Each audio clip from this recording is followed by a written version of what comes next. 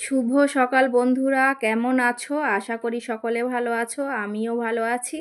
তো ওয়াইনুরি ব্লগ চ্যানেলে তোমাদের সকলকে স্বাগত জানাই। তো দেখো, আজকের সকাল থেকেই খুবই বৃষ্টি পড়ছিল, আর বৃষ্টি ভেজা বাইরের দিকটা বেশ ভালো লাগছিল, আর গাছের পাতাগুলোও বেশ হয়ে গেল, সুন্দর হয়ে গেল। তো দেখো, এই যে বৃষ্টি ভেজা সকালে ঘুম থেকে উঠে আমার সব কাজ কমপ্লিট হয়ে গেছিলো, কিন্তু আমার ছেলে মেয়ে এসে আবার ঘরটাকে ঘুঁটে দিল, ওদের নাকি ঠান্ডা লাগছে। কি বলবো বলো। তো দেখো, পুরো ঘর একদম পরিষ্কার করা হয়ে গেছে, রান্নার বাসনপত্রও সব মেজে গুছিয়ে নিয়েছিলাম। তার মাঝখানে আবার ওরা নিয়ে এসছে ম্যাগি, ওদের নাকি এই বর্ষায় ম্যাগি খেতে ইচ্ছা হচ্ছে।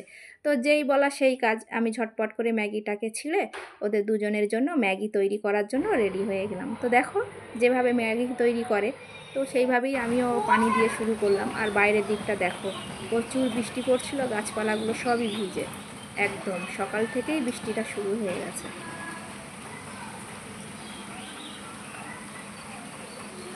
চারিপাশটা পুরো ভিজে গেছে। তো তার মাঝখানে আমার ম্যাগিও হয়ে গেছে। তো ওদের দুজনকে ম্যাগিটা দিয়ে দিলাম, দুজনের দুই জায়গায়, না হয়তো এক জায়গায় দিলে তো দুজনেই ঝগড়া করবে। তো তারপর প্রচুর অনেকটা কাপড় চোপড় ছিল, সেগুলোকে কাচলাম, কিন্তু বাইরে যে বৃষ্টি পড়ছে কোথায় মেলবো বুঝতে পারলাম না। কিন্তু পরে বেলার দিকে বৃষ্টিটা থেমে গেছিলো, তো আমি সব কাপড় চোপড় ছাদে দিয়ে এসেছিলাম। তো তারপর দেখো, বিকেল হয়ে গেছে, আমি চলে আসলাম বিকেলে রান্না করার জন্য। তো ভাতটাকে বসিয়ে দিলাম, তখনও পর্যন্ত কি রান্না করব ঠিক হয়নি। তো বললো মাংস নিয়ে আসবে, তো আমি আলু পেঁয়াজ সবটাই কেটে রেখে দিয়েছিলাম। দিয়ে আমি আমার মতন সব কাজকাম গুছাচ্ছিলাম, ও গেছিলো মাংস আনতে। তো দেখো, আবার বিকেলবেলাতে আমি ঘরটাকে সুন্দর করে গুছিয়ে নিলাম। ওই যে দুজনে মিলে নোংরা করে দিয়েছিল ঘরটা, আর যে ইফতারির যে ফল পাকড়গুলো কাটবো সেগুলোকেও আমি বার করে রেডি করে রাখলাম।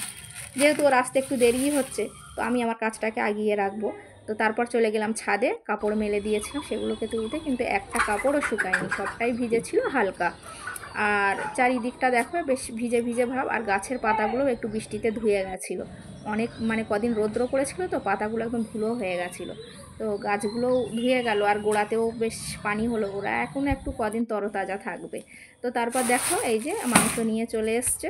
তো মাংসটাকে আমি যথারীতি ঢেলে নিলাম, নিয়ে ভালো করে কাটা বাছা করে ধুয়ে রাখবো। তো তার মধ্যে এদিকে আমার ভাতটাও হয়ে গেছে, আর এই যে মাংসটাকে বসিয়ে দিয়েছি, সুন্দর করে কষানো চলছে। তারপর সন্ধ্যা হয়ে গেছে, আমি ইফতারগুলোকে নিয়ে ঘরে নিয়ে চলে আসলাম। আর এই যে আজকেও আবার হালিমা অর্ডার করেছিলাম। তো ঝটপট ইফতার খেয়ে নিয়ে নামাজ টামাজ পড়ে নিয়ে তাড়াতাড়ি করে দেরি না করে বার হয়ে পড়লাম। ওই যে আমার আগের দিনে ঈদের কিছু কেনা হয়নি, সেগুলোই কেনাকাটা করার জন্য।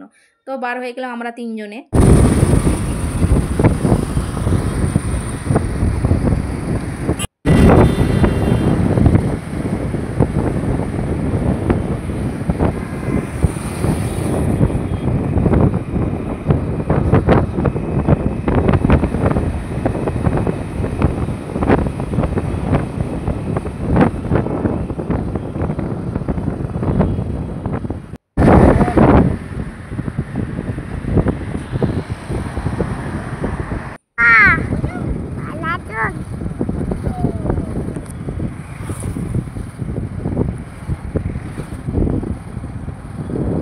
আজকে যেহেতু শনিবার ছিল, প্রচণ্ড ভিড় ছিল।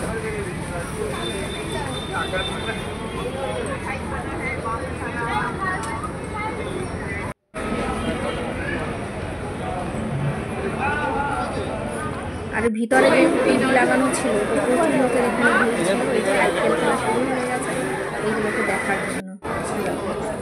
তারপর আমি চলে গেলাম স্টাইল বাজারে।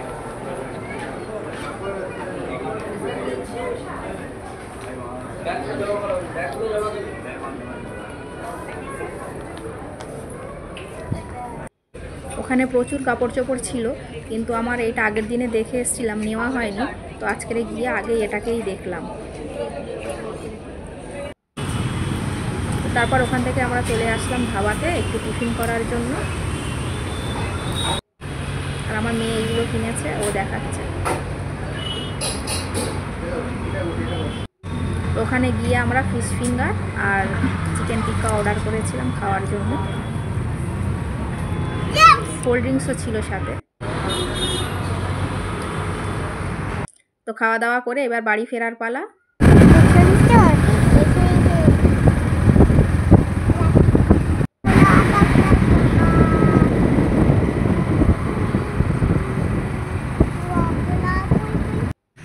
তো বাড়ি চলে এসেছি দেখো, আর আমার মেয়ে একটু জেদ করছিল যেহেতু ঘুম এসে গেছে ওর।